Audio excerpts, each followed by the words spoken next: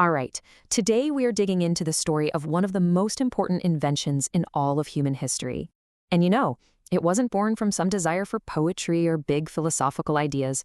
Nope, it came from a really practical problem that the very first city builders were facing in ancient Mesopotamia. So let's get right into it. And that right there is the central question. I mean, just imagine a world with no hard drives, no spreadsheets, not even a simple notepad. How on earth do you run a city? The Sumerians, they had to figure out an answer, and believe me, that answer changed absolutely everything. So, our story starts in Mesopotamia. It's a Greek name that means the land between the rivers. And we're talking about those incredibly fertile plains nestled right between the mighty Tigris and Euphrates rivers. Now, what's so cool about this is how much the environment shaped their history. I mean, this is a region that could be super hot and dry, but these two rivers, they were the source of all life. They provided all the water needed for huge-scale farming, which, of course, meant they could support a growing population and let people settle down and really build something permanent. And this is like the perfect chain reaction, right? First, you've got the fertile rivers. Then you figure out clever irrigation, which creates a surplus of food, a big one. This surplus means that, hey, not everybody has to be a farmer anymore. People could become potters, priests, builders, administrators, you name it.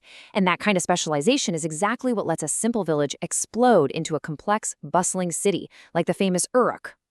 But, and this is a big but, all this incredible success created a massive new problem. The very complexity that made their civilization so great was also threatening to completely overwhelm it.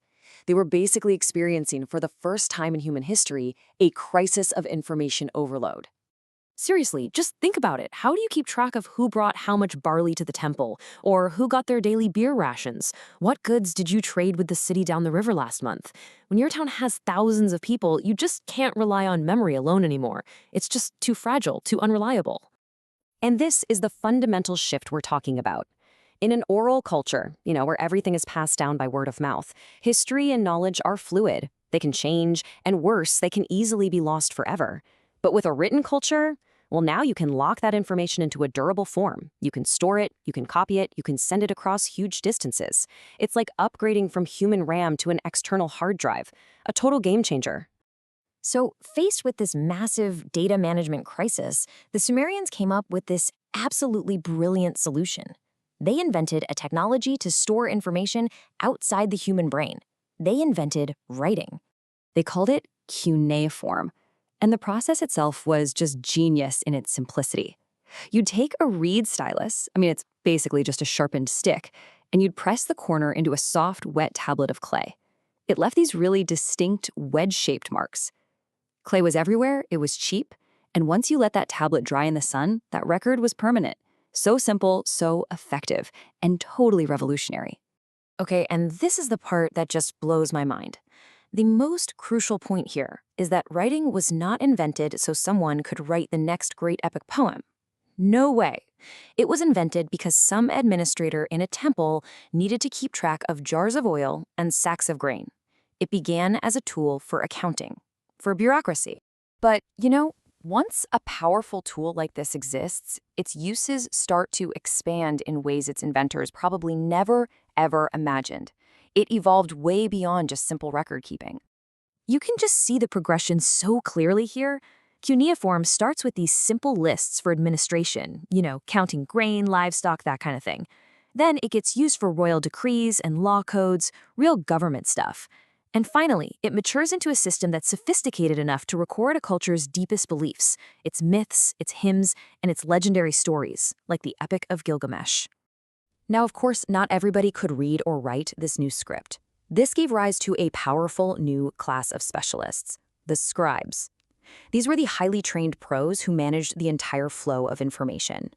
They were the accountants, the archivists, and the clerks who made the whole machine of the Sumerian city-state actually run. And in a world where information was power, well, the scribes pretty much held all the keys to the kingdom.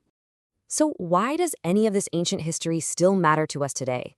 Well, because the challenges the Sumerians faced and the solutions they found literally laid the groundwork for our own modern world. And it's so important to get this right.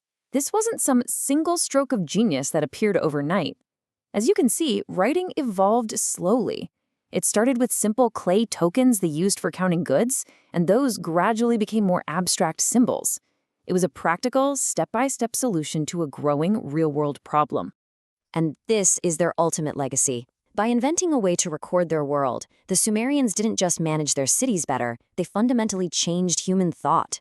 They created a way for knowledge to build on itself, for history to be preserved, and for a culture's voice to echo thousands of years into the future, all the way to us. It really makes you think, doesn't it?